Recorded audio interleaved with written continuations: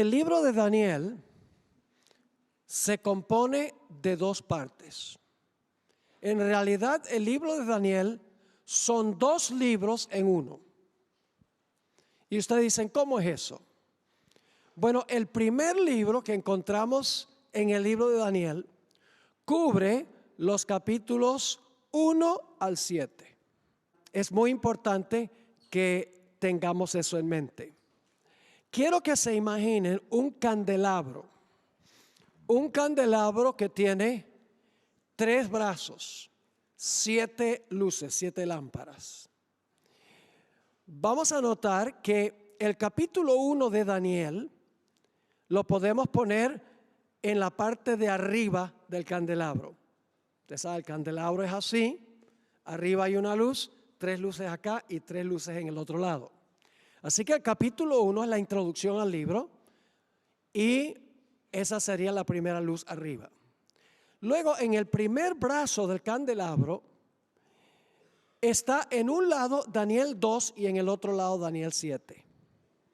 Y están en el mismo brazo porque esos dos capítulos están estrechamente relacionados. Porque en Daniel 2 tenemos una imagen con 4 metales. En Daniel 7 tenemos 4 bestias.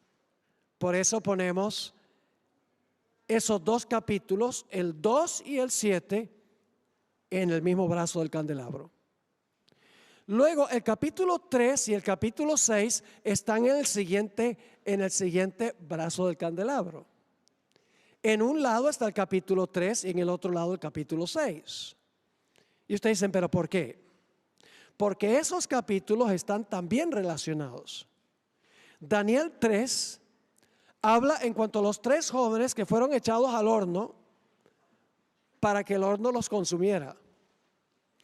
Daniel 6 describe a Daniel que fue echado al foso de los leones para que se lo comieran los leones. En un caso es el horno de fuego, en otro caso el foso de los leones. Sí, esos dos capítulos están en el mismo brazo, están relacionados. Luego capítulos 4 y 5 están en el siguiente brazo. ¿Por qué? Porque en el capítulo 4 y 5 se describen reyes arrogantes y el castigo que cae sobre ellos por ser arrogantes. Ambos son reyes de Babilonia. En el capítulo 4 se describe la locura del rey Nabucodonosor. Y en el capítulo 5, que está en el otro lado del brazo, se describe la caída del rey Belsasar, la última noche del reino de Babilonia. Esto es lo que se llama un quiasmo. Arriba, la introducción al primer libro, en realidad a todo el libro de Daniel.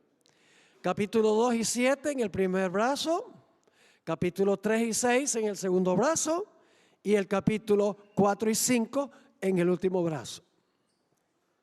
Ese es el primer libro que se encuentra en el libro de Daniel. Pero hay un segundo libro dentro del libro. Y ese segundo libro cubre desde el capítulo 8 al 12. Y ustedes están pensando, ¿cómo sabemos que los capítulos 8 al 12 son un segundo libro dentro del libro de Daniel? Eso es lo que vamos a estudiar por un rato al comenzar nuestro estudio esta noche. Ahora, hay una porción de Daniel 7 que no estudiamos. Después que el cuerno pequeño gobierna por 1260 años hasta 1798, en Daniel 7 aparece una escena de juicio. Dios va a juzgar, va a comenzar a juzgar al cuerno pequeño. Y ustedes se dan cuenta allí en el versículo 8 y el versículo 9, dice, el juez se sentó y los libros se abrieron. Ahora Dios va a abrir los libros para revocar las decisiones erróneas que hizo el cuerno pequeño en la tierra. Les doy un ejemplo. ¿Han oído hablar de Juan Hus, mártir? Él era sacerdote en Praga, que hoy es la República Checa, y empezó a enseñar el evangelio puro de Cristo Jesús. Se ganó la enemistad del Papa y de los líderes de la Iglesia romana. Y por lo tanto, para hacer una larga historia corta, el Papa le dijo: aparécete allá en Constanza, en el sur de Alemania, para defender tus puntos de vista. Y el emperador Sigismundo le dio a Juan Hus una garantía de que iba a poder ir a Constanza y regresar vivo allá a Praga. Pero tan pronto llegó Hus allá a Constanza, lo arrestaron, lo echaron al calabozo por varios meses sin un juicio. Luego lo llevaron a la catedral. Se reunieron allí todos los magnates de la iglesia. No estaba el Papa, pero había cardenales, habían obispos, habían arzobispos, estaban algunos miembros de la Inquisición, y le hicieron un juicio injusto. Y cuando terminó el juicio, en vez de permitir que él regresara a Praga sano y salvo, lo que hicieron fue sacarlo fuera, en las afueras de la ciudad, lo amarraron a una estaca, lo encadenaron a una estaca y lo quemaron vivo. Ahora yo les pregunto, ¿fue justo eso? ¿Se hizo justicia? No, se hizo una gran injusticia. El cuerno pequeño malévolo vivió y el que era fiel a Dios murió. Yo pregunto, ¿tiene Dios que rectificar eso? ¿En algún momento tiene Dios que rectificar eso? Tiene que abrir los registros y decir: hey, un momentico, en el tribunal terrenal se hizo una injusticia, ahora tenemos que hacer justicia. Ese juicio se hace en el cielo, antes de la segunda venida de Jesús. Y ustedes dicen: ¿cómo sabemos eso? Porque después que el Padre entra al lugar santísimo, se sienta, el juez se sentó, los libros se abren. En los versículos 13 y 14 dice que entonces una nube trae al Hijo del Hombre a donde estaba el Padre. Ahora, ¿dónde estaba el Padre? ¿En la tierra? ¿Dónde vive el Padre? ¿Cómo oramos? Padre nuestro que estás en todas partes. No. ¿Dónde vive el Padre? En el cielo. Padre nuestro que estás en el cielo. La Biblia nos dice que cuando Jesús va ante el Padre, dice de millones de ángeles están cantando cuando Jesús se mueve a donde está el Padre. Entonces, ¿a dónde se hace el juicio? El juicio no se hace aquí. El juicio se hace allá, examinando los casos de todos los que profesaron el nombre de Cristo Jesús.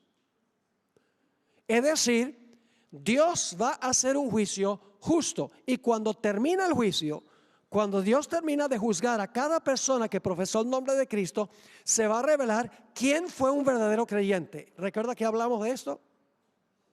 Y entonces el reino de Cristo estará completo, porque Él habrá demostrado quiénes son verdaderamente fieles, y los fieles son su reino. Y entonces Cristo vendrá a tomar posesión de su reino. Pero en el juicio celestial es que Él examina los casos de todos los que profesaron el nombre de Jesús, todos los que alguna vez aceptaron a Jesús. Se determina si en verdad aceptaron a Jesús, se arrepintieron, confesaron sus pecados, tuvieron fe y confianza en Jesús. Y ustedes saben que yo mencioné que en la iglesia hay trigo y cizaña. Entonces hay que separar el trigo de la cizaña. Dios tiene que hacer un juicio para demostrar qué es trigo. Dios tiene que hacer un juicio para separar los peces buenos de los malos. Dios tiene que hacer un juicio para separar las vírgenes sabias de las vírgenes fatuas. Dios tiene que hacer un juicio para separar a los que dicen Señor, Señor, de los que realmente son del Señor.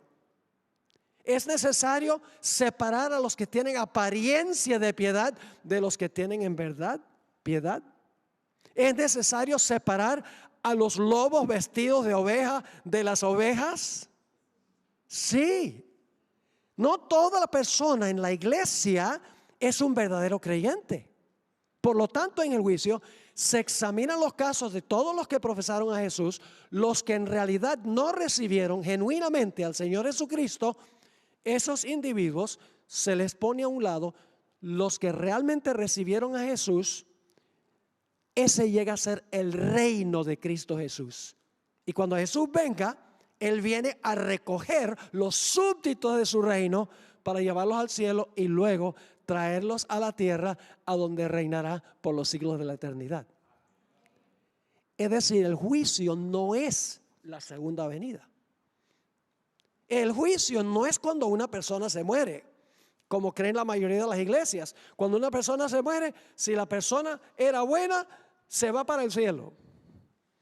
Nunca he estado en un funeral a donde el predicador manda a la persona al infierno. Es interesante cuando una persona muere, cómo dicen cosas bonitas de la persona, que no decían nada bonito cuando estaba vivo. Y ustedes saben que es así.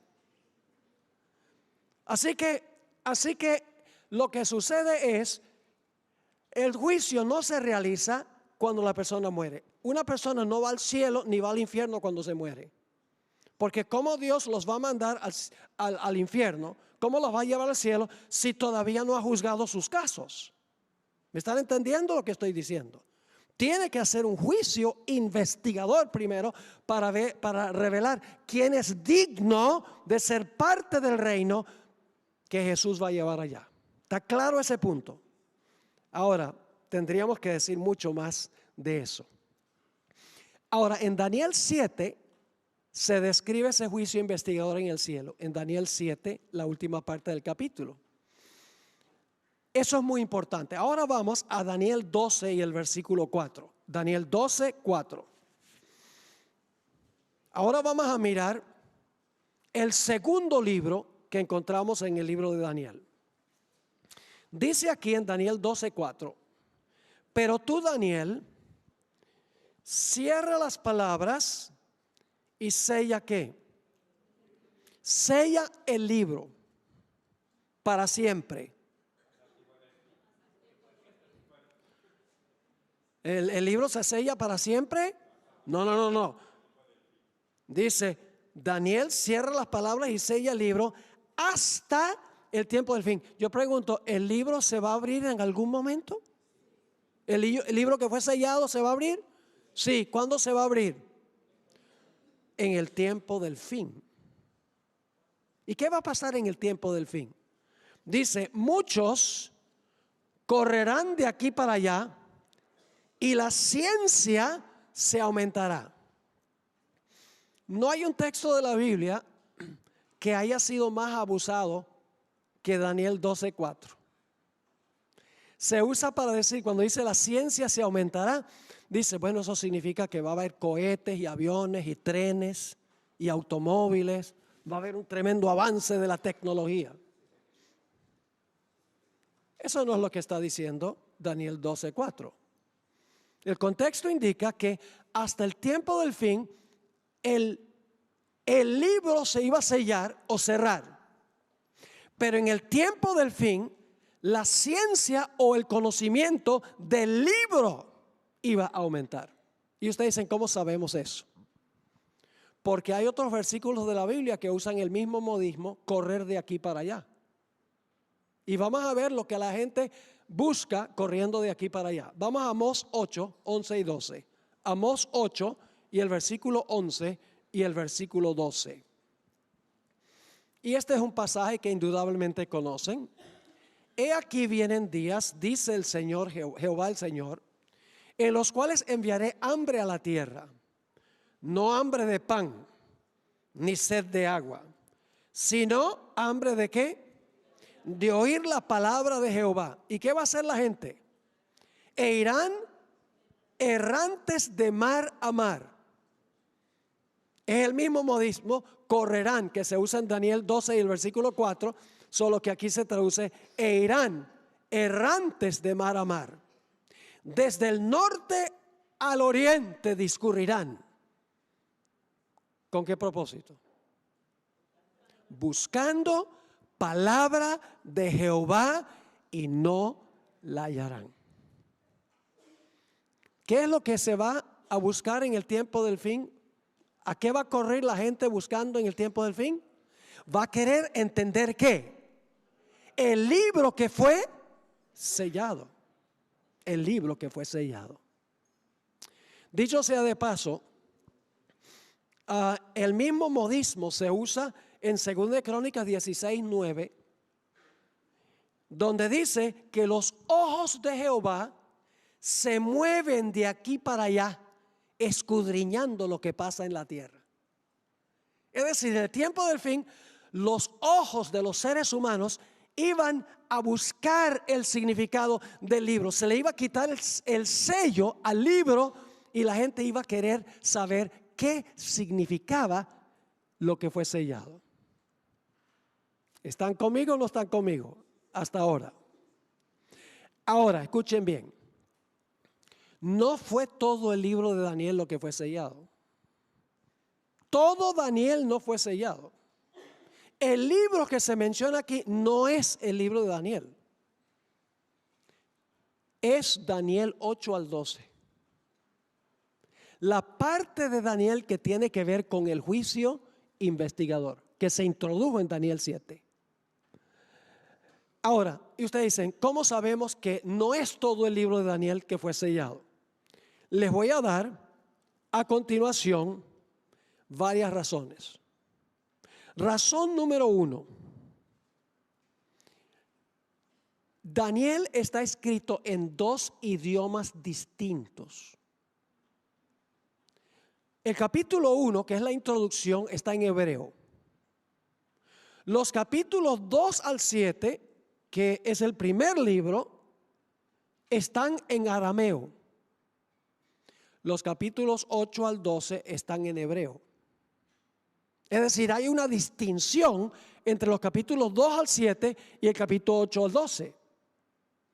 2 libros en 2 diferentes idiomas. Número 2. No fue el libro de Daniel en su totalidad que fue sellado hasta el tiempo del fin. ¿Cómo sabemos eso? Porque había muchas cosas de Daniel que se podían entender antes del tiempo del fin. ¿Cuándo comienza el tiempo del fin? Cuando el papado recibió su herida mortal, en 1798. Hay muchas cosas en Daniel que se podían entender mucho antes del tiempo del fin. Yo pregunto, por ejemplo, ¿se podía entender el capítulo 1 a donde Daniel y sus amigos son llevados a Babilonia y rehúsan comer la comida del rey? ¿Se podía entender eso? Facilito. ¿Se podía entender la imagen de Daniel 2? ¿Podía la gente saber que el oro, ya vamos a ver en un momento que el oro representa Babilonia, el pecho de plata representa Medo-Persia? ¿Se podía saber eso antes del tiempo de fin? ¿Antes de 1798? Claro que sí, porque mucho de eso se cumplió antes de 1798. ¿Se podía entender la historia de los 3 jóvenes que fueron echados al horno de fuego antes del tiempo del fin? Claro, es una historia. ¿Se podía entender Daniel 4, a donde Nabucodonosor por su arrogancia se perdió la razón por 7 años? Y dicho sea de paso, le tocó convertirse en vegetariano. Ve, un gran beneficio porque vino en sí después de 7 años de vegetariano. No, estoy nada más echando broma, pero una dieta vegetariana es buena. Ok, ahora, ¿se podía entender la caída de Babilonia en Daniel 5, la escritura en la pared, etcétera? El reino es dado a los medos y persas. Sí. ¿Se podía entender la historia de Daniel, el capítulo 6, cuando Daniel fue echado al foso de los leones? Todo eso se podía entender antes del tiempo del fin. Eso no fue sellado. ni cerrado hasta el tiempo del fin, porque se podía entender antes del tiempo del fin. Pero había una cosa que no se podía entender antes del tiempo del fin, y es que se iba a hacer un juicio investigador en el cielo antes de la segunda venida de Jesús. Lo que aparece al final del capítulo 7 introduce lo que tiene el capítulo 8 al 12. Esa parte no se podía entender hasta el tiempo del fin. Hasta el tiempo del fin, todos iban a pensar que el juicio iba a ser cuando Cristo viniera en su segunda venida. Ustedes saben lo que dice el credo: vendrá a juzgar a los vivos y a los muertos. Es decir, el credo está equivocado, porque el credo dice que Jesús va a venir por segunda vez para juzgar a los vivos y a los muertos. La Biblia no enseña eso. La Biblia enseña que juzga a los vivos y los muertos en el cielo, determina quiénes son los fieles y luego entonces viene a buscarlos para llevárselos al cielo. ¿Está claro? Ahora, yo les voy a comprobar que Daniel 2 y Daniel 7 se podían entender antes del tiempo del fin. No todo lo de Daniel 7. Vamos a notar algo interesante. Hubo un padre eclesiástico que se llamaba Hipólito. Él vivió en el siglo III de la era cristiana, uno de los padres de la antigua iglesia cristiana. Y quiero leer la interpretación que él dio de Daniel 2 y Daniel 7. Y ustedes me van a decir si entendía estos capítulos. Dice lo siguiente: al hablar Daniel de la leonesa del mar, se refería al ascenso del reino de Babilonia, que es lo mismo que la cabeza de oro de la imagen. ¿Vamos bien? Ok. Después de la leonesa, ve a una segunda bestia como un oso, que representa a los persas. Pues después de los babilonios, los persas obtuvieron el poder. ¿Está bien? Está escribiendo en el siglo III, mucho antes del tiempo del fin. Luego dice: y al decir tenía 3 costillas en su boca, se refería a las 3 naciones, persas, medos y babilonios, que es lo mismo que se expresa en la imagen por la plata después del oro. Luego viene la tercera bestia, un leopardo, que significa los griegos. ¿Vamos bien? Pues después de los persas, Alejandro de Macedonia obtuvo el poder al vencer a Darío. Esto es lo mismo que el bronce de la imagen. Pareciera que fuera adventista, ¿no? Y luego entonces sigue escribiendo: y al decir que la bestia tenía 4 alas de ave y 4 cabezas, el leopardo, él mostró claramente cómo el reino de Alejandro fue partido en 4 divisiones. ¿Esa es buena teología adventista? Sí, vamos bien. Y ustedes pensaban que los adventistas fuimos los que nos inventamos esto de Daniel 2 y Daniel 7. Sigue escribiendo: pues al hablar de 4 cabezas se refería a 4 reyes que se levantarían de él, pues Alejandro, cuando moría, dividió su reino en 4 partes. Luego él dice: la cuarta bestia era espantosa y terrible, tenía dientes de hierro y uñas de bronce. ¿A qué poder se puede referir esto sino a los romanos, cuyo reino aún ahora existe y se describe como de hierro? Pues dice, las piernas eran de hierro. Qué interesante. ¿Entendía Daniel 2 y Daniel 7? Los entendía a cabalidad. Eso no estaba sellado hasta el tiempo del fin. Pero ahora ustedes dicen: ¿y el cuerno pequeño sí lo entendió? ¿Y los 10 cuernos los entendió? Sí. Déjenme leerles otra cita. También de Hipólito. Dice así: consideremos más cuidadosamente lo que tenemos ante nosotros y mirémoslo como si fuera con ojos bien abiertos. La cabeza de oro de la imagen es idéntica al león. Ambos representan a Babilonia. Los hombros de oro y los brazos de plata son lo mismo que el oso y representan a los medos y persas. El vientre y los muslos de bronce son el leopardo que representa a los griegos desde el tiempo de Alejandro en adelante. Las piernas de hierro y la bestia espantosa y terrible representan a los romanos que ahora gobiernan sobre el imperio. Los dedos de barro y hierro son los 10 cuernos que se han de levantar, porque cuando Hipólito vivió todavía las invasiones bárbaras no habían ocurrido, pero él sabía que iban a levantarse 10 reinos de esa nación. Y luego dice esto: el otro cuerno pequeño que se levantó en medio de ellos es el anticristo. ¿Tenía razón? Oh, claro que sí. Pero hay una cosa que no entendió Hipólito. Todo lo de Daniel 7 lo entendió.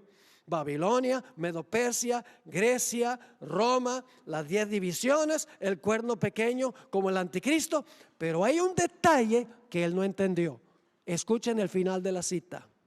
La piedra que golpea la imagen y la desmenuza y que llenó a toda la tierra es Cristo, quien vendrá del cielo y juzgará al mundo. ¿Estaba en lo correcto? ¿Que Cristo va a venir a la tierra a juzgar al mundo? No, señor. El juicio ocurre ¿dónde? En el cielo, antes de la segunda venida de Jesús. Hay una parábola que contó Jesús que comprueba esto absolutamente, sin lugar a dudas. Y yo lo mencioné una noche anterior. ¿Recuerdan el hombre que entró a la boda sin el manto? Saben que la parábola de Jesús dice que se mandaron mensajeros para llamar a la gente a la boda. Primero se le llamó a los judíos la primera vez, después que Cristo murió nuevamente se les dio el llamado de venir a la boda. Luego entonces el evangelio fue a los gentiles, muchos aceptaron y el salón de bodas estaba pero repleto que no cabía un alma. Se había predicado el evangelio, estaba lleno de huéspedes. Y ahora ¿qué hace el rey? Dice en la parábola que el rey sale para examinar a los que están ahí. La palabra, hay una palabra común para ver en el Nuevo Testamento en griego, es la palabra blepo, es la palabra común para ver, pero esa no es la palabra que se usa allí. Es la palabra theaomai, que significa escudriñar o examinar. El rey vino para examinar quién tenía el manto. ¿Qué representa el manto? La justicia de Cristo. Entonces el rey hace un examen para ver quién tiene en verdad la justicia de Cristo, el manto de la justicia de Cristo. Sí. ¿Y cuándo hace ese examen? ¿Será que Cristo va a venir por segunda vez? Se va a llevar al cielo a todas las personas. Y entonces cuando están allá todas las personas, el rey va a salir y decir: ¿qué estás haciendo tú aquí? No. Esta parábola indica que el examen de los mantos se hace antes de la boda. La boda es cuando Cristo, cuando ya se ha examinado todos los que profesaron a Cristo, su reino está completo y Jesús se casa con su reino, porque se ha determinado quiénes son los súbditos de su reino. Este concepto es únicamente adventista. Las demás iglesias no tienen este concepto y no estoy criticando, pero ellos no entienden esto por la sencilla razón de que para ellos cuando una persona se muere, esa persona fue juzgada.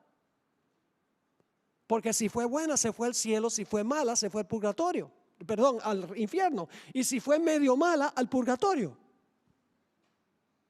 O algunos dicen, bueno, va a juzgar a la segunda venida. No entienden que el juicio, separando a los fieles de los infieles, se hace en el cielo antes de la segunda venida. Cuando se han examinado a todos, el reino de Cristo está completo y el Señor Jesucristo se casa con su reino. Ojalá tuviera tiempo. No hubo suficientes temas aquí. Tengo un tema completo sobre la escena del juicio en Daniel 7 para comprobar esto. El Señor Jesucristo también dijo en Lucas 12, 36 y 37 que sus seguidores deben velar y deben estar ceñidos para cuando el esposo regrese de la boda. Qué interesante que los fieles de Cristo tienen que estar listos para cuando el esposo ¿qué? Regrese de la boda. Entonces, ¿a dónde se realiza la boda? En el cielo. Eso no se podía entender hasta el tiempo del fin. Hipólito no lo entendió. ¿Qué aspecto es lo que no se podía entender? El aspecto del juicio investigador en el cielo. Eso no se podía entender hasta el tiempo del fin. Antes de eso, todos creían que el juicio era la segunda venida o que el juicio era cuando una persona se moría. Pero ¿saben algo interesante?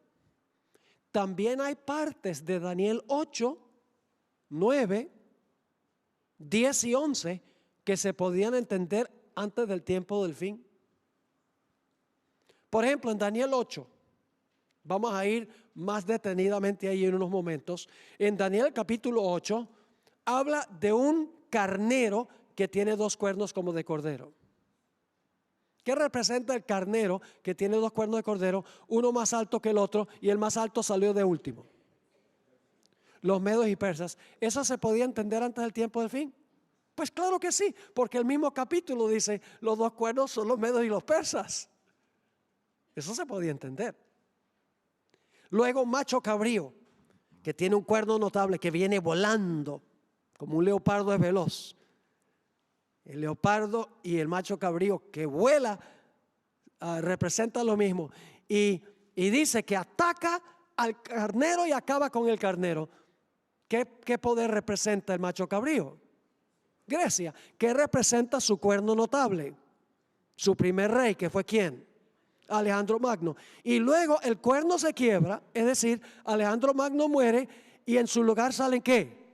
4 cuernos, que son las 4 divisiones del imperio de Alejandro cuando murió. ¿Se podía eso entender antes del tiempo del fin? Claro. Yo pregunto, ¿se podían entender la profecía de las 70 semanas antes del tiempo del fin? ¿Se podía entender que en la última semana, cuando dice, cuando habla de la venida del Mesías, ¿se podía entender eso? Sí, porque sucedió antes del tiempo del fin. ¿Se podía entender que a la mitad de la última semana iba a ser cortado? Sí.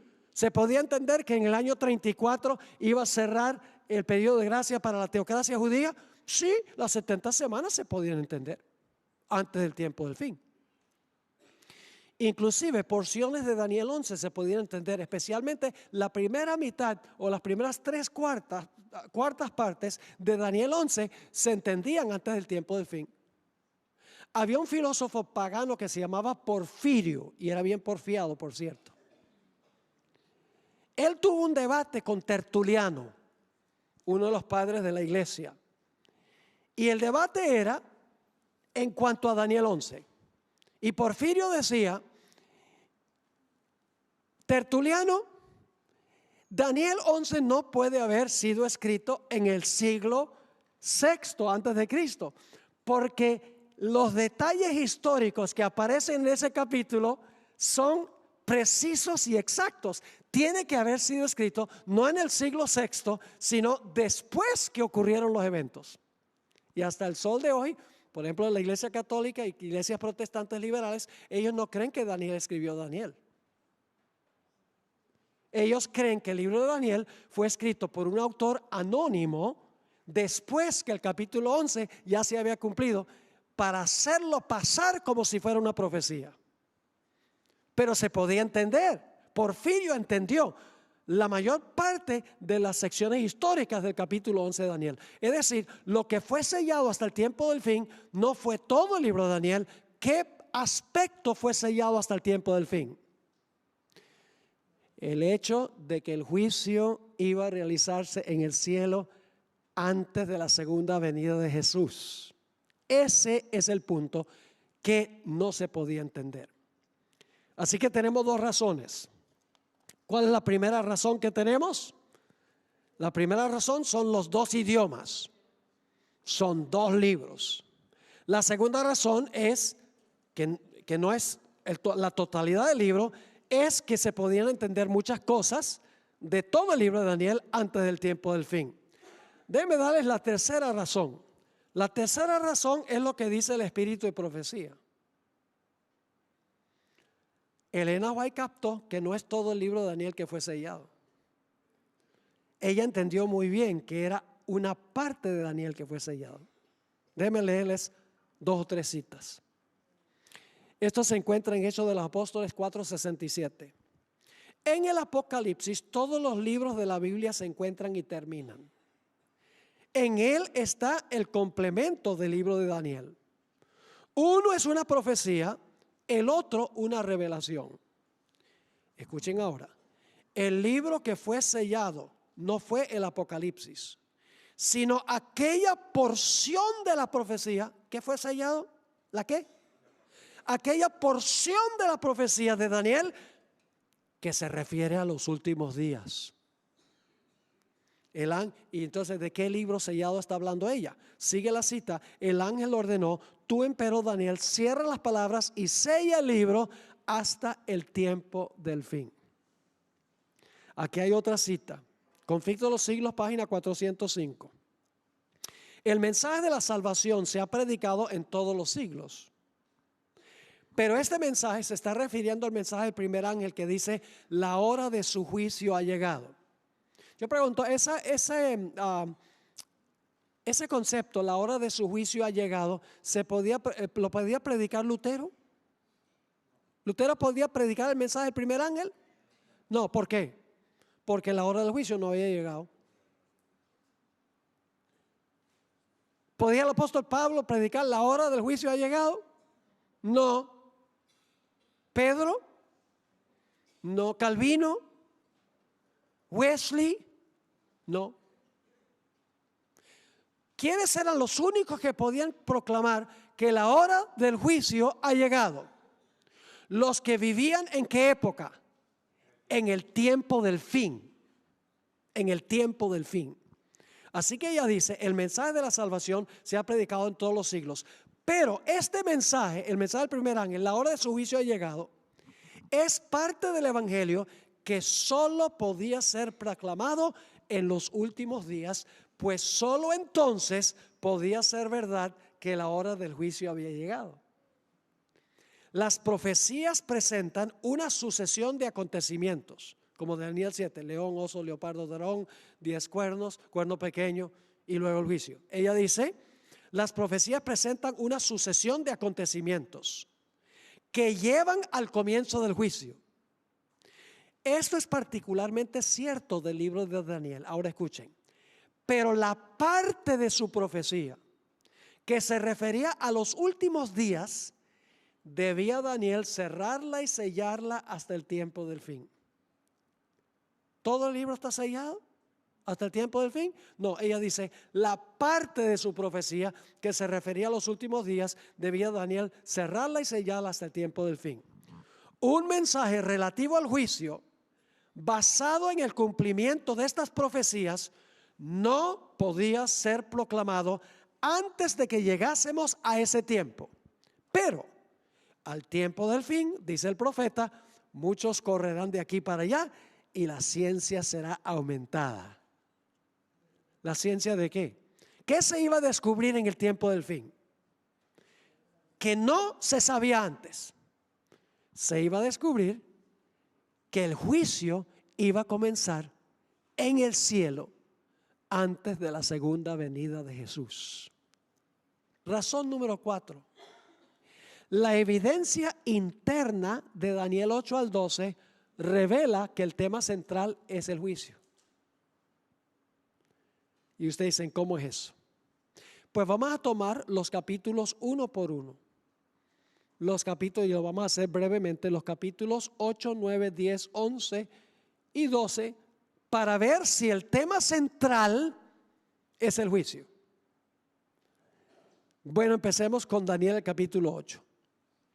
Daniel 8 tenemos un ¿qué? Un carnero. ¿Qué representa el carnero? Medo-Persia, porque el carnero tiene 2 cuernos. uno más alto que el otro, el más alto salió de último. Los persas predominaron al final. Y luego entonces viene un ¿qué? Macho cabrío.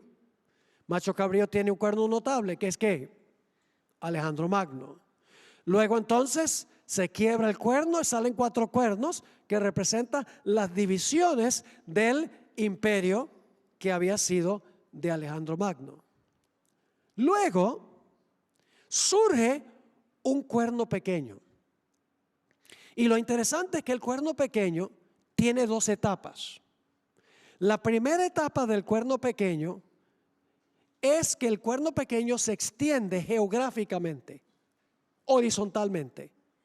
Es decir, la profecía dice que se extiende al sur, es decir, a Egipto, al oriente, Macedonia, y a la tierra gloriosa que es Israel. Es decir, primero el cuerno pequeño se extiende geográficamente, conquista esas naciones, pero luego el cuerno pequeño tiene una transformación. Llega a ser ahora una segunda etapa del cuerno pequeño. Y ahora se entromete verticalmente con el santuario celestial.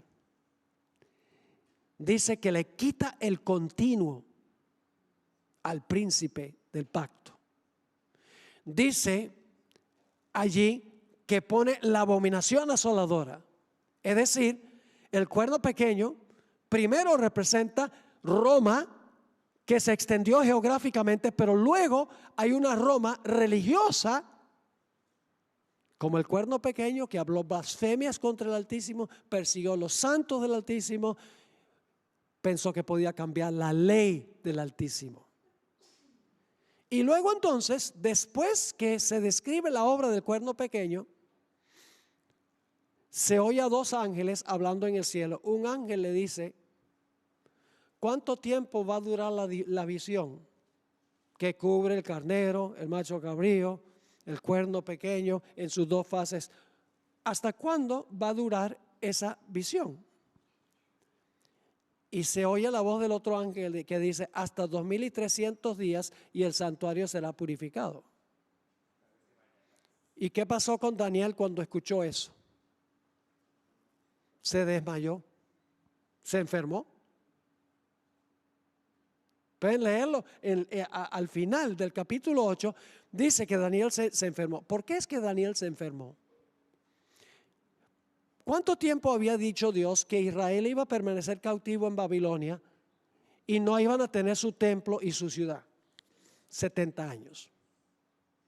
Y ahora Dios le dice a Daniel: mira, Daniel, ya no son 70 años, ya son 2300 años y el santuario será purificado. Algunas versiones dice restablecido, vindicado.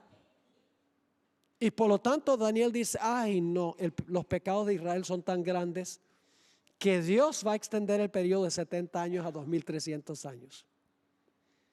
Y Dios en el capítulo 8 no fue capaz de completar la explicación de la profecía.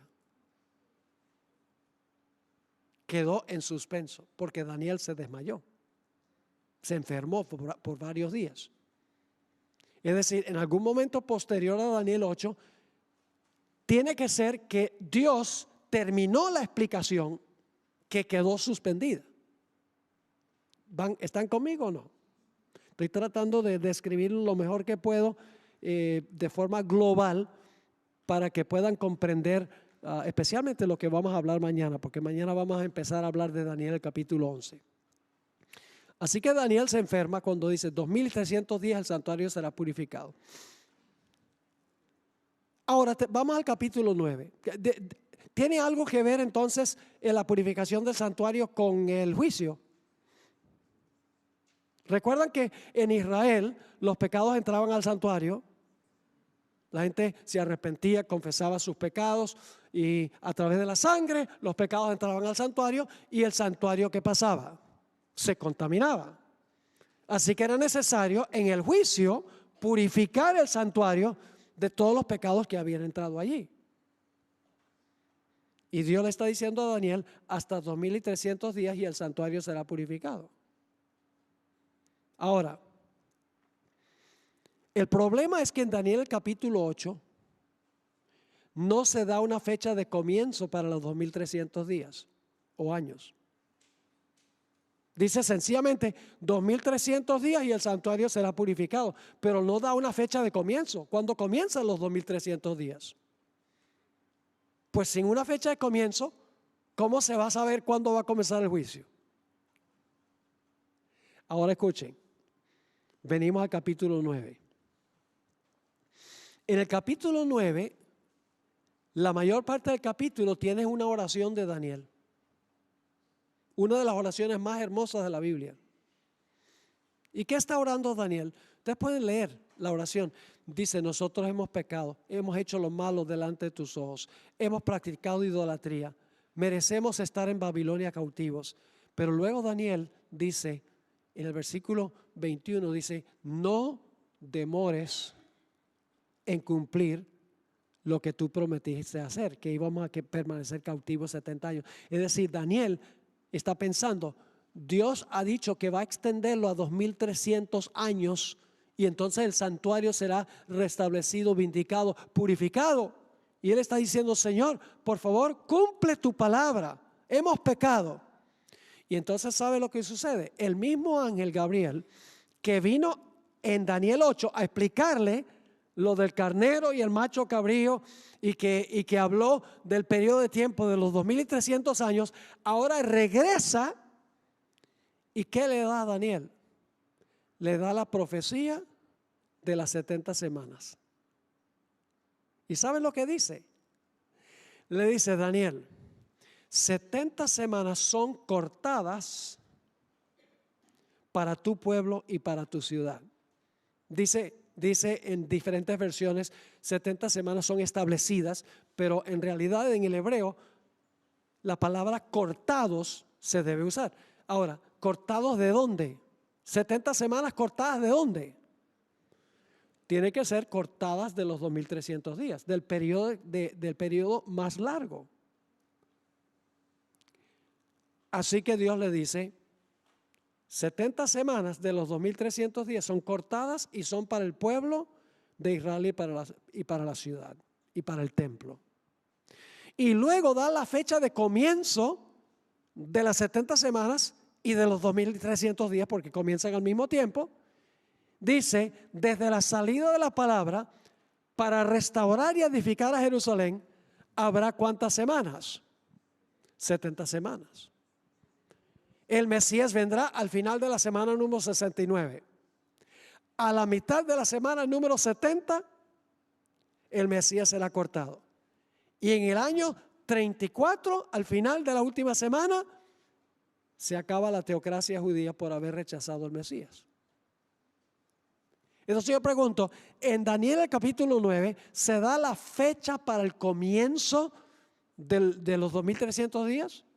Sí, no pudo en Daniel el capítulo 8 porque Daniel se enfermó. Pero ahora Gabriel, el mismo ángel, vuelve y le dice a Daniel, mira, ahora yo vengo a decirte cuándo los 2300 días comienzan. Comienzan con un periodo de 70 semanas que son 490 años. Yo pregunto entonces, ¿Daniel el capítulo 9 tiene algo que ver con los 2300 días y el juicio? ¿Qué nos da? Nos da la fecha para comenzar los 2300 días. ¿Y cuándo comienzan los 2300 días? Desde la salida de la palabra para restaurar y edificar a Jerusalén. ¿Qué fecha ocurrió eso? 457 antes de Cristo. Así que, ¿qué hacemos? Vamos desde el año 457 antes de Cristo. ¿Cuántos años hacia adelante? 2300 años hacia adelante. ¿Y eso nos lleva a qué fecha? Nos lleva al año 1844. Entonces yo pregunto, ¿cuál es el enfoque de Daniel 9? ¿Daniel 9 está enfocado en el santuario? ¿La fecha de comienzo de la purificación? ¿Cuando se va a purificar el santuario? Sí. ¿Daniel 8 está hablando también de la purificación del santuario? Sí, pero ahora escuchen, capítulo 10. Muy interesante el capítulo 10 de Daniel. Es un capítulo que se estudia muy poco. Y la razón por la cual se estudia muy poco es porque no parece ser una profecía, sino un relato como aparece en la primera mitad del libro. Allí en Daniel capítulo 10 hay una batalla que está ocurriendo en el mundo invisible. Está en primer lugar Gabriel luchando con un personaje que se le llama el príncipe de Persia, que el espíritu de profecía identifica como Satanás. ¿Ok? Príncipe de Persia es Satanás. Y Gabriel, pues Gabriel es el ángel que toma el lugar de Lucifer. Así que hay esta batalla para influir sobre los reyes de Persia, Satanás tratando de influir sobre las mentes de los reyes de Persia y Gabriel procurando también luchar con las mentes de los reyes de Persia. ¿Y a qué se refiere eso? Yo pregunto, para que comenzaran las 70 semanas, ¿era necesario que los reyes persas dieran decretos para que el pueblo pudiera regresar a su tierra para reedificar los muros, la ciudad y el templo? ¿Era necesario que Ciro diera un decreto? Sí.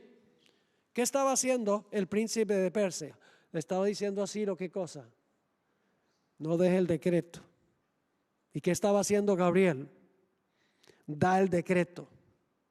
Pero no solamente Ciro tenía que dar un decreto, sino en el año 520 Darío, no el Darío que conquistó a Babilonia, sino Darío el persa, también tenía que dar un decreto adicional para que el pueblo reconstruyera el templo. Y después ustedes saben que Artajerjes dio otro decreto para restaurar y edificar a Jerusalén. Y en el tiempo de Nehemías, Artajerjes dio un decreto para reedificar los muros. ¿Qué sucedía si esos decretos no se daban? ¿Qué no se podía cumplir si no se daban esos decretos? No se podían cumplir la profecía de las 70 semanas. Porque para que las 70 semanas se cumplieran, era necesario reconstruir el templo. Era necesario restaurar a Israel en Jerusalén. Era necesario reconstruir la ciudad y reconstruir los muros, porque allí iba a venir más adelante el Mesías. Pero si no se daban los decretos, la profecía de las 70 semanas no se podía cumplir y por ende no se iban a cumplir tampoco los 2300 días. Y en Daniel 10 dice que Gabriel no pudo con el príncipe de Persia. Dice allí que Miguel, ¿quién es Miguel? Miguel es un nombre que se da a Cristo, significa el nombre ¿quién es como Dios? Es un nombre desafiante, ¿quién es como Dios? Miguel vino a ayudar a Gabriel y se ganó la victoria porque los reyes persas dieron los decretos en el tiempo preciso para que se pudiera cumplir la profecía de las 70 semanas y pudiera comenzar a tiempo el juicio al concluir los 2300 días. ¿Tiene algo que ver Daniel 10 con los 2300 días? Claro que sí. Ahora, voy a saltar por encima de una cosa aquí. Quiero leerles lo que dice la hermana White sobre esta batalla que se realizó entre el príncipe de Persia y Gabriel. Esto se encuentra en Profetas y Reyes 4:18 y 4:19. Mientras Satanás estaba procurando influir en las más altas potestades del reino de Medo-Persia para que mirasen con desagrado al pueblo de Dios, ¿qué es lo que estaba haciendo el príncipe de Persia con los reyes? Para que tuvieran ¿qué? Desagrado al pueblo de Dios, no favorecerlos para que regresaran a su tierra. Así que dice, mientras Satanás estaba procurando influir en las más altas potestades del reino de Medo-Persia para que mirasen con desagrado al pueblo de Dios, había ángeles que obraban en favor de los desterrados. Todo el cielo estaba interesado en la controversia. Por intermedio del profeta Daniel, se nos permite vislumbrar algo de esta lucha poderosa entre las fuerzas del bien y las del mal. Durante 3 semanas Gabriel luchó con las potestades de las tinieblas, procurando contrarrestar las influencias que obraban sobre la mente de Ciro. Y antes que terminara la contienda, Cristo mismo acudió en auxilio de Gabriel. Este declara, el príncipe, ahora va a citar Daniel 10, el príncipe del reino de Persia se puso contra mí 21 días. Y he aquí Miguel, uno de los principales príncipes, vino para ayudarme y yo quedé allí con los reyes de Persia. Sigue la hermana White, todo lo que podía hacer el cielo en favor del pueblo de Dios fue hecho. Se obtuvo finalmente la victoria. Las fuerzas del enemigo fueron mantenidas en jaque mientras gobernaron Ciro y su hijo Cambises, quien reinó unos 7 años y medio. Entonces, ¿tiene alguna relación Daniel 8 con el juicio? Sí, porque habla de la purificación del santuario. Daniel 9 tiene una relación con la profecía de los 2300 días. Sí, da la fecha de comienzo. Daniel 10 tiene algo que ver con la purificación del santuario. Sí, porque había que restablecer a Israel en su tierra, porque allí iba a venir el Mesías a enseñar en el templo, a morir, y a donde iban a apedrear a Esteban para cerrar el periodo de gracia para la teocracia judía. No se podía cumplir eso, al menos que se dieran los decretos para restaurar el templo, la ciudad y los muros. Pero quedó algo pendiente. Lo que quedó pendiente fue explicar la profecía de los 2300 días más particularmente y más precisamente, con más detalle. Recuerden que en Daniel 8, Gabriel no pudo terminarle la explicación a Daniel. Solamente llegó hasta la conversación entre los dos ángeles, hasta 2300 días, y el santuario será purificado, y Daniel se enfermó. Y entonces en el capítulo 9, Gabriel le explica cuándo comienzan los 2300 días. El capítulo 10, la batalla para que se den los decretos para que se cumpla, pero no se le explicó lo que iba a ocurrir al final de los 2300 días. Se le dijo la purificación del santuario. Así que en Daniel capítulo 11, en capítulo 11 no tiene una nueva visión. El capítulo 11 lo que tiene es una explicación. ¿Saben dónde comienza? Esto lo vamos a estudiar en más detalle mañana. ¿Saben dónde comienza Daniel 11? Comienza con una explicación sobre el reino de Medo-Persia. Luego continúa con el reino de Grecia, con el primer rey, con los 4 que sucedieron al primer rey. Luego describe el imperio romano. Luego describe las persecuciones durante los 1260 años. En Daniel 8 no se mencionó un dato muy importante. La profecía de Daniel 2 terminó con ¿qué evento? El establecimiento del reino de Cristo. Y Daniel 7 ¿con qué terminó? El establecimiento del reino de Cristo. Pero Daniel 8 no terminó con el establecimiento del reino de Cristo, porque quedó inconcluso. Así que en Daniel 11 ahora Gabriel va a regresar y va a explicar nuevamente Medo-Persia, Grecia, el primer rey de Grecia, los 4 reinos que vinieron del reinado de Alejandro Magno. Luego va a describir el periodo del gobierno del imperio romano. Luego va a describir los 1260 años de dominio papal. Nos va a llevar hasta el tiempo del fin. Pero no solo el capítulo 11 nos va a llevar al tiempo del fin, sino que nos va a llevar más allá del tiempo del fin, a la crisis final. Y en el capítulo 12 y el versículo 1 al 3 describe cómo Cristo va a establecer su reino eterno. Es decir, en Daniel el capítulo 11 y los primeros 3 versículos del capítulo 12 se completa lo que quedó inconcluso en el capítulo 8. Así que en cortas cuentas, ese es el panorama que nosotros tenemos en Daniel 8 al capítulo 12 y el versículo 3. Están relacionados todos estos capítulos con el comienzo del juicio y la purificación del santuario? Sí, es el tema central de cada uno de estos capítulos. Y déjenme decirles esto: nadie entendió estas profecías del juicio sino hasta el tiempo del fin, después de 1798. Ahora yo termino con esto. Si el libro fue sellado hasta el tiempo del fin, ¿será que iba a haber un tiempo en que se iba a abrir el libro? ¿Creen que iba a haber un tiempo cuando se iba a abrir el libro? Pues en la Biblia tiene que haber un lugar a donde el libro que fue sellado ahora se va a abrir. ¿Será que hay alguna parte de la Biblia, un libro que en el tiempo del fin, en la sexta trompeta? La séptima es ya cuando Cristo toma el reino. Durante la sexta trompeta hay un lugar en Apocalipsis donde dice que desciende un ángel poderoso del cielo con un librito en la mano que abrió. ¿Sí? ¿Y qué le manda el ángel a Juan? Cómete el libro.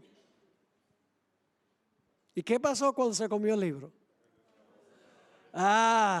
Cuando se abrió el libro y se lo comió, es el libro que tiene que ver con ¿qué? ¿Cuál es el tema central? El juicio. El comienzo del juicio. Es el tema central, como hemos visto. Lo que no se puede, el detalle que no se podía entender. Y Juan se come el librito. Nadie anda comiendo libros por ahí. Es simbólico. ¿Sabe que a mí me gusta mucho leer? Ese libro me lo comí. No literalmente. Significa que me saboreo el contenido del libro. Dulce en la boca. Yo pregunto, ¿el mensaje de que la hora del juicio había llegado fue dulce para los mileritas? ¿Entendían ellos plenamente Daniel 8:14? No. Pero cuando estaban predicando que Cristo iba a venir el 22 de octubre de 1844, ¿fue una experiencia dulce? ¡Oh, dulcísima! La hermana White dijo, fue el año más feliz de mi vida, el año que llevó a 1844. Porque ellos pensaban que Cristo iba a venir en gloria para establecer su reino. Pero ¿qué ocurrió el 22 de octubre de 1844? En cumplimiento de la profecía de los 2300 días, que es el tema central del librito, que estaba sellado hasta el tiempo del fin. ¿Qué sucedió? Obviamente no vino porque estamos aquí. Pero luego después estudiaron y se dieron cuenta que la fecha estaba correcta, pero el evento que iba a ocurrir estaba errado. Y después de estudiar, ¿qué descubrieron? Dijeron, no, es que Cristo no iba a venir a juzgar al mundo. Jesús iba a comenzar su hora de juicio en el lugar santísimo, el santuario celestial. Yo pregunto, ¿se abrió el libro? ¿Se le quitó el sello para que pudieran entender el tema central? ¿Cómo no? Y entonces dice que fue dulce en la boca, pero el chasco fue ¿qué cosa? Amargo. Le dio agrieras. Y luego se le dio una misión, se le dijo, profetiza de nuevo. Se forma la iglesia adventista del séptimo día para proclamar de nuevo el mensaje del juicio, pero ahora con mayor comprensión. ¿Está claro? Así que, hermanos y hermanas, apreciadas visitas, el juicio comenzó en 1844 con ¿quiénes? Con los que primero vivieron. Es decir, ¿quién fue la primera persona? La primera persona en ser juzgada fue Adán. ¿Dónde estaba Adán en 1844? ¿Quién sabe a dónde se lo llevó el diluvio? Estaba desintegrado. Entonces, ¿cómo pudo Adán comparecer ante el tribunal de Cristo en 1844 si estaba muerto y desintegrado? Compareció a través de su registro, porque Dios guarda un registro exacto de nuestra vida, de todo. Es decir, para dramatizar, en 1844, cuando el juez se sienta, los libros se abren, el juez dice, ¿quién es el primero que vamos a juzgar? Y el ángel dice, Adán, preséntese ante el juicio. Y el ángel va a la biblioteca y se trae el registro de la vida de Adán. Hoy diríamos el DVD de Adán. Se pone en el aparato DVD en 4K, en pantalla grande, y se ve, el tribunal celestial ve toda la vida de Adán. Sí, ve su pecado original, pero también ven cómo él se arrepintió y reclamó a Cristo como Salvador. Y cuando termina de examinarse el caso de Adán, le dice al jurado celestial, ¿qué dicen ustedes? Cuando vaya a la tierra, ¿me lo traigo o lo dejo? Estoy dramatizando para que puedan entender cómo es el asunto del juicio. Y el jurado celestial va a decir, ese viene para acá. Y así sucesivamente, cronológicamente, generación tras generación, dice el Espíritu de Profecía, es examinado y termina juzgando a los que están vivos, que no van a morir físicamente, van a pasar vivos por el tiempo de angustia. Es cosa solemne ser juzgado después de morir. Es cosa más solemne ser juzgado mientras uno está vivo. Y algunos tratan de asustar a los feligreses y dicen, uy, tienes que enderezar tu vida porque en el tiempo de angustia el Señor Jesucristo te va y te vas a tener que defenderte solo o sola. Escuchen bien, durante el tiempo de angustia no tendremos intercesor, pero sí tendremos protector. No tenemos que temer el tiempo de angustia,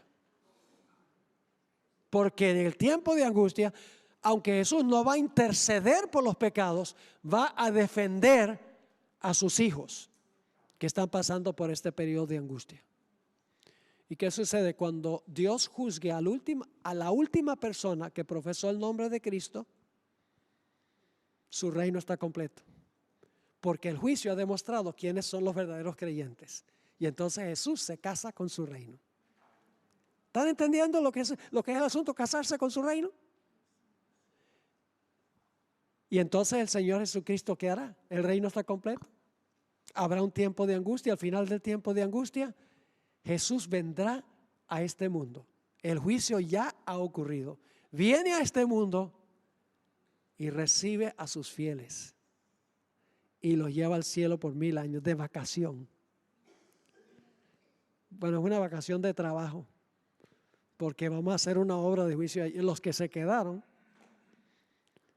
los santos juzgarán a Satanás y sus ángeles y el mundo, dice Pablo en 1 Corintios 6, el versículo 1 al 3. Es decir, los impíos que fueron dejados aquí, Cristo no se llevó al cielo por 1000 años, ellos serán juzgados durante los 1000 años por los fieles. Y luego, después de los 1000 años, los impíos van a rodear la santa ciudad. Y Dios, en visión panorámica, va a mostrarles todo el registro de las vidas de todos los impíos que están fuera de la ciudad. Y ellos se van a dar cuenta que Dios los excluyó de la ciudad por culpa de ellos mismos. Podrían haberse salvado porque Cristo vivió y murió por todos, como hemos estudiado, pero no se apropiaron de lo que hizo Jesús. Y van a decir, justos y verdaderos son tus caminos, oh Jehová. Y en vez de atacar la ciudad, algunos me han preguntado en cuanto a esto, los impíos nunca mueren atacando la ciudad. Jamás. Se preparan para atacar la ciudad. Pero cuando ven el panorama de sus vidas y que ellos están perdidos, Dios fue justo en juzgarlos y dejarlos fuera de la ciudad por su propia elección. Ellos ahora van a mirar a Satanás y le van a decir, ajá, tú engañador eres. Y ya no van a querer atacar la ciudad, sino que van a atacar a Satanás y a sus ángeles. Lo pueden leer en Ezequiel 28, 1 al 10. Y en el último capítulo del conflicto de los siglos. Al atacar a Satanás y sus ángeles, ellos están demostrando, inclusive los impíos, que Dios es justo y verdadero y que el culpable es Satanás. Si atacaran la ciudad, estarían diciendo, no creemos que Dios es culpable. Pero al atacar a Satanás y sus ángeles, están diciendo, este es el verdadero culpable. Y sus ángeles, porque son engañadores. Entonces luego serán destruidos y Dios hará cielos nuevos y tierras nuevas. Entonces yo les pregunto, ¿qué es lo que no se podía entender sino hasta el tiempo del fin? A ver, ¿cómo hizo el maestro? Cubrimos esto a largo, de una forma amplia. ¿Qué es lo que no se podía entender? ¿Que el juicio qué? Que el juicio no es la segunda venida. Que el juicio no es cuando una persona se muere. Que el juicio es cuando. En el cielo antes de la segunda venida. Eso es lo que fue sellado hasta el tiempo del fin. Pero cuando se levantaron los mileritas, etcétera, y estudiaron la profecía de las 70 semanas, estudiaron Daniel 10, dijeron, octubre 22, 1844, se va a purificar el santuario. Ellos pensaban que el santuario era la tierra. Ninguna parte de la Biblia dice que el santuario es la tierra. Era una especulación. Pero después del chasco, estudiando más detenidamente la Biblia, se dieron cuenta que Jesús en 1844 no iba a venir a esta tierra para destruir a los impíos y establecer su reino, sino que Jesús iba a comenzar su obra de juicio para determinar quiénes son los súbditos de su reino. Ahora no se pierda mañana, porque mañana vamos a hablar de cómo Dios, a través de Gabriel, le explicó a Daniel más plenamente lo que dejó sin explicar en Daniel capítulo 8. Porque Daniel 11, Gabriel vuelve y él explica todo lo que está en Daniel 8. Comienza donde empieza Daniel 8 y nos lleva hasta el establecimiento del reino eterno de Cristo Jesús. Oramos. Padre Celestial, gracias te damos por tu palabra. No es como leer una novela que es fácil de asimilar, exige estudio, hay que escudriñar, hay que excavar para poder entender tu mensaje. Te damos gracias por el mensaje que nos has dado como iglesia. Es muy solemne el mensaje que tú nos has dado, que debemos proclamarle al mundo que estamos en la hora del juicio, que debemos preparar un carácter para sobreponernos a lo que pronto estallará en este mundo. Te damos gracias por habernos acompañado. Pedimos que nos continúes bendiciendo al estudiar tu palabra. Bendícenos también al regresar a nuestros hogares. Te lo imploramos en el nombre precioso de Cristo, nuestro Salvador. Amén.